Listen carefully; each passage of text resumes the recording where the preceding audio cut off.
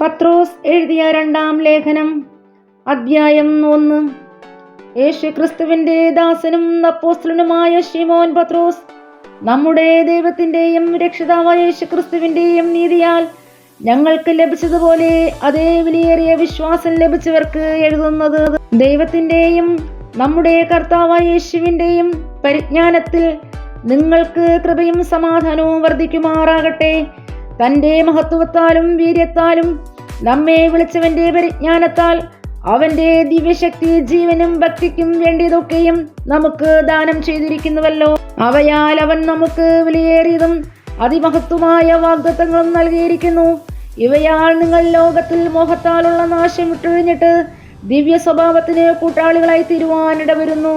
അത് നിമിത്തം തന്നെ നിങ്ങൾ സകല ഉത്സാഹവും കഴിച്ച് നിങ്ങളുടെ വിശ്വാസത്തോട് വീര്യവും, വീര്യത്തോട് പരിജ്ഞാനവും, പരിജ്ഞാനത്തോട് ഇന്ദ്രിയജയവും, ഇന്ദ്രിയജയത്തോട് സ്ഥിരതയും, സ്ഥിരതയോട് ഭക്തിയും, ഭക്തിയോട് സഹോദരപ്രീതിയും, സഹോദരപ്രീതിയോട് സ്നേഹവും കൂട്ടിക്കൊള്ളുവിൻ. ഇവ നിങ്ങൾക്കുണ്ടായി വർദ്ധിക്കുന്നുവെങ്കിൽ നിങ്ങൾ നമ്മുടെ കർത്താവായ യേശുക്രിസ്തുവിന്റെ പരിജ്ഞാനം സംബന്ധിച്ച് ഉത്സാഹമില്ലാത്തവരും നിഷ്ഫലന്മാരും ആയിരിക്കുകയില്ല. അവയില്ലാത്തവനോ കുരുടനത്രേ, അവൻ ഹ്രസ്വദൃഷ്ടിയുള്ളവനും തന്റെ മുമ്പിലത്തെ പാപങ്ങളുടെ ശുദ്ധീകരണം മറന്നവനും തന്നെ. അതുകൊണ്ട് സഹോദരന്മാരെ, നിങ്ങളുടെ വിളിയും തിരഞ്ഞെടുപ്പും ഉറപ്പാക്കുവാൻ അധികം ശ്രമിപ്പിൻ.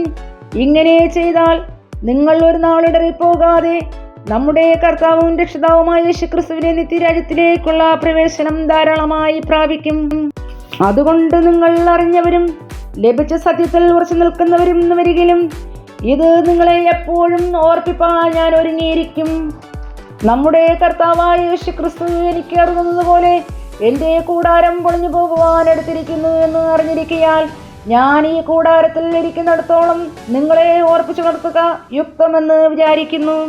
നിങ്ങൾ അത് എൻ്റെ നിര്യാണത്തിന്റെ ശേഷം എപ്പോഴും ഓർത്തുകൊള്ളുവാൻ തക്കവണ്ണം ഞാൻ ഉത്സാഹിക്കും. ഞങ്ങൾ നമ്മുടെ കർത്താവായ യേശുക്രിസ്തുവിന്റെ ശക്തിയും പ്രത്യക്ഷതയും നിങ്ങളോട് അറിയിച്ചത് നിർമ്മിത കഥകളെ പ്രമാണിച്ചിട്ടല്ല, അവന്റെ മഹിമ കണ്ട സാക്ഷികളായി തീർന്നിട്ടത്രേ. ഇവൻ എൻ്റെ പ്രിയപുത്രൻ, ഇവങ്കൽ ഞാൻ പ്രസാദിച്ചിരിക്കുന്നു എന്നുള്ള ശബ്ദം അതിശ്രേഷ്ഠ തേജസ്സിങ്കൽ നിന്ന് വന്നപ്പോൾ പിതാവായ ദൈവത്താൽ അവന് മാനവും തേജസ്സും ലഭിച്ചു. ഞങ്ങൾ അവനോടുകൂടെ വിശുദ്ധ പർവ്വതത്തിലിരിക്കുമ്പോൾ സ്വർഗത്തിൽ നിന്നും ഈ ശബ്ദം ഉണ്ടായത് കേട്ടു. പ്രവാചകവാക്യവും അധികം സ്ഥിരമായിട്ട് നമുക്കുണ്ട്. നേരം വെളുക്കുകയും നിങ്ങളുടെ ഹൃദയങ്ങളിൽ ഉദയനക്ഷത്രം ഉദിക്കുകയും ചെയ്യുവോളം ഇരുണ്ട സ്ഥലത്ത് പ്രകാശിക്കുന്ന വിളക്ക് പോലെ അതിനെ കരുതിക്കൊണ്ടാൽ നന്ന്. തിരുവെഴുത്തിലെ പ്രവചനമൊന്നും സ്വയമായ വ്യാഖ്യാനത്താൽ ഉളവാകുന്നതല്ല എന്ന് ആദ്യം തന്നെ അറിഞ്ഞുകൊള്ളണം. പ്രവചനം ഒരിക്കലും മനുഷ്യന്റെ ഇഷ്ടത്താൽ വന്നതല്ല, ദൈവകൽപ്പനയാൽ മനുഷ്യർ പരിശുദ്ധാത്മ നിയോഗം പ്രാപിച്ചിട്ട് സംസാരിച്ചതത്രേ. 2-ാം അധ്യായം. എന്നാൽ കള്ളപ്രവാചകന്മാരും ജനത്തിന്റെ ഇടയിൽ ഉണ്ടായിരുന്നു. അങ്ങനെ നിങ്ങളുടെ ഇടയിലും ദുരുപദേശക്കന്മാർ ഉണ്ടാകും. അവർ നാശകരമായ മതഭേദങ്ങളെ നുഴയിച്ച് തങ്ങളെ വിലയ്ക്ക് വാങ്ങിയ നാഥനെ തള്ളിപ്പറഞ്ഞു തങ്ങൾക്ക് തന്നെ ശീഘ്രനാശം വരുത്തും. അവരുടെ ദുഷ്കാമ പ്രവൃത്തികളെ പലരും അനുകരിക്കും. അവർ നിമിത്തം സത്യമാർഗം ദുഷിക്കപ്പെടും. അവർ ദ്രവ്യാഗ്രഹത്തിൽ കൗശലവാക്ക് പറഞ്ഞ് നിങ്ങളെ വാണിഭമാക്കും. അവർക്ക് പൂർവ്വകാലം മുതൽ ന്യായവിധി താമസിയാതെ വരുന്നു. അവരുടെ നാശം ഉറങ്ങുന്നതുമില്ല. പാപം ചെയ്ത ദൂതന്മാരെ ദൈവം ആദരിക്കാതെ അന്ധതമസിന്റെ ചങ്ങലയിട്ട് നരകത്തിലാക്കിയ ന്യായവിധിക്കായി കാപ്പാൻ ഏൽപ്പിക്കുകയും പുരാതന ലോകത്തെയും ആദരിക്കാതെ ഭക്തികെട്ടവരുടെ ലോകത്തിൽ ജലപ്രളയം വരുത്തിയപ്പോൾ നീതിപ്രസംഗിയായ നോഹയെ 7 പേരോടുകൂടെ പാലിക്കുകയും സോദോം ഗോമോറ എന്ന പട്ടണങ്ങളെ ഭസ്മീകരിച്ച് ഉന്മൂലനാശത്താൽ ന്യായം വിധിച്ചു. മേലാൽ ഭക്തികെട്ട് നടക്കുന്നവർക്ക് ദൃഷ്ടാന്തമാക്കി വയ്ക്കുകയും അധർമ്മികളുടെ ഇടയിൽ വസിച്ചിരിക്കുമ്പോൾ നാൾതോറും അധർമ്മ പ്രവൃത്തി കണ്ടും കേട്ടും തന്റെ നീതിയുള്ള മനസ്സിൽ നൊന്ത് അവരുടെ ദുഷ്കാമ പ്രവൃത്തിയാൽ വലഞ്ഞുപോയ നീതിമാനെ ലോത്തിനെ വിടുവിക്കുകയും ചെയ്തു. കർത്താവ് ഭക്തന്മാരെ പരീക്ഷയിൽ നിന്ന് വിടുവിപ്പാനും നീതികെട്ടവരെ വിശേഷാൽ മലിന മോഹം കൊണ്ട് ജഡത്തെ അനുസരിച്ച് നടക്കുകയും കർത്തൃത്വത്തെ നിന്ദിക്കുകയും ചെയ്യുന്നവരെ തന്നെ ന്യായവിധി ദിവസത്തെ പോലെ ദണ്ഡനത്തിനായി കാപ്പാനും അറിയുന്നുവല്ലോ. ബലവും ശക്തിയും ഏറിയ ദൂതന്മാർ കർത്താവിന്റെ സന്നിധിയിൽ അവരുടെ നേരെ ദൂഷണവാക്കുച്ചരിക്കാതിരിക്കെ ആ ദാഷ്ട്യമുള്ള തന്നിഷ്ടക്കാർ മഹിമകളെ ദുഷിപ്പാൻ ശങ്കിക്കുന്നില്ല. ജാത്യ പിടിവിട്ടു നശിപ്പാൻ പിറന്ന ബുദ്ധിയില്ലാത്ത ജന്തുക്കളെ പോലെ അവർ അറിയാത്തതിനെ ദുഷിക്കയാൽ അനീതിയുടെ കൂലി അനുഭവിച്ചുകൊണ്ട് സ്വന്തം വഷളത്വത്താൽ നശിച്ചു പോകും. അവർ താൽക്കാലിക ഭോഗതൃപ്തി സുഖം എന്ന് വെച്ച് നിങ്ങളുടെ സ്നേഹസദ്യകളിൽ നിങ്ങളോടുകൂടെ വിരുന്ന് കഴിഞ്ഞ് ഉളയ്ക്കുന്ന കറകളും കളങ്കങ്ങളും ആകുന്നു. അവർ വ്യഭിചാരിണിയെ കണ്ട് രസിക്കുകയും പാപം കണ്ട് തൃപ്തിപ്പെടാതിരിക്കുകയും ചെയ്യുന്ന കണ്ണുള്ളവരും സ്ഥിരമില്ലാത്ത ദേഹികളെ വശീകരിക്കുന്നവരും ദ്രവ്യാഗ്രഹത്തിൽ അഭ്യാസം തികഞ്ഞ ഹൃദയമുള്ളവരുമായ ശാപയോഗ്യന്മാർ. അവർ നേർവഴി വിട്ട് തെറ്റി ബയോരിന്റെ മകനായ ബിലയാമിന്റെ വഴിയിൽ നടന്നു. അവൻ അനീതിയുടെ കൂലി കൊതിച്ചുവെങ്കിലും തന്റെ അകത്യത്തിന് ശാസന കിട്ടി. ഉരിയാടാ കഴുത മനുഷ്യവാക്കായി ഉരിയാടി പ്രവാചകന്റെ ബുദ്ധിഭ്രമത്തെ തടുത്തുവല്ലോ. അവർ വെള്ളമില്ലാത്ത കിണറുകളും കൊടുങ്കാറ്റ് കൊണ്ടോടുന്ന മഞ്ഞുമേഘങ്ങളും ആകുന്നു. അവർക്ക് കൂരിട്ട് സംഗ്രഹിച്ചിരിക്കുന്നു. വഴിതെറ്റി നടക്കുന്നവരോട് ഇപ്പോൾ അകന്നു വന്നവരെ ഇവർ കുറ്റം വമ്പ് പറഞ്ഞ് ദുഷ്കാമ പ്രവൃത്തികളാൽ കാമഭോഗങ്ങളിൽ കുടുക്കുന്നു.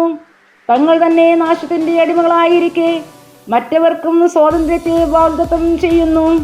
ഒരുത്തൻ ഏതിനോട് തോൽക്കുന്നുവോ അതിന് അടിമപ്പെട്ടിരിക്കുന്നു. കർത്താവും രക്ഷിതാവുമായ യേശുക്രിസ്തുവിന്റെ പരിജ്ഞാനത്താൽ ലോകത്തിന്റെ മാലിന്യം വിട്ടോടിയവർ അതിൽ വീണ്ടും കുടുങ്ങി തോറ്റുപോയാൽ അവരുടെ ഒടുവിലത്തെ സ്ഥിതി ആദ്യത്തേതിനേക്കാൾ അധികം വഷളായിപ്പോയി. തങ്ങൾക്ക് ഏൽപ്പിച്ചു കിട്ടിയ വിശുദ്ധ കൽപ്പനയെ നീതിയുടെ വഴി അറിഞ്ഞ ശേഷം വിട്ടുകളയുന്നതിനേക്കാൾ അത് അറിയാതിരിക്കുന്നത് അവർക്ക് നന്നായിരുന്നു.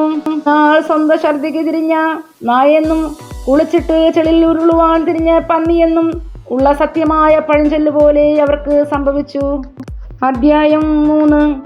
പ്രിയമുള്ളവരെ, ഞാനിപ്പോൾ നിങ്ങൾക്ക് എഴുതുന്ന 2-ാം ലേഖനമല്ലോ.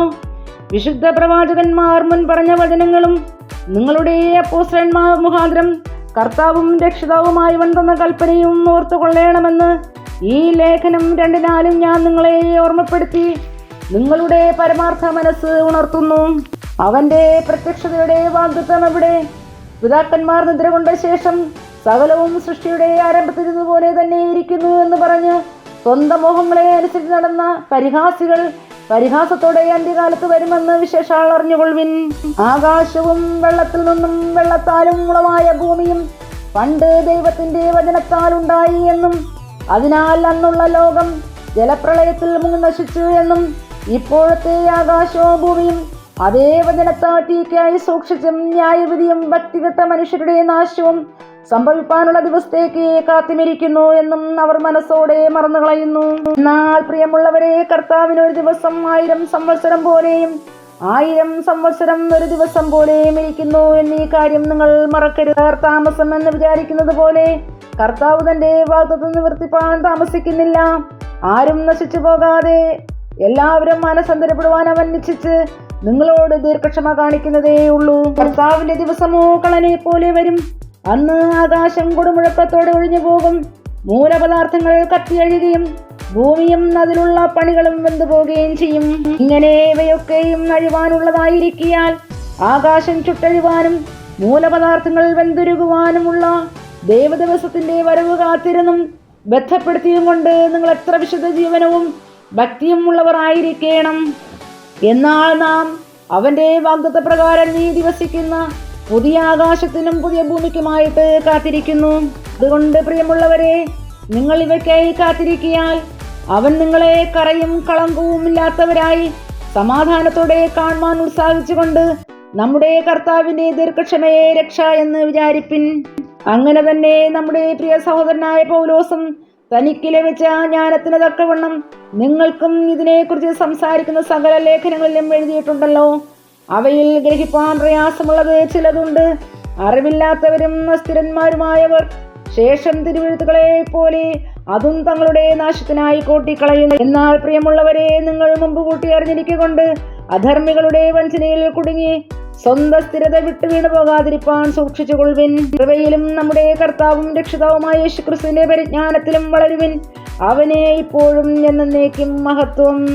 ആമേൻ.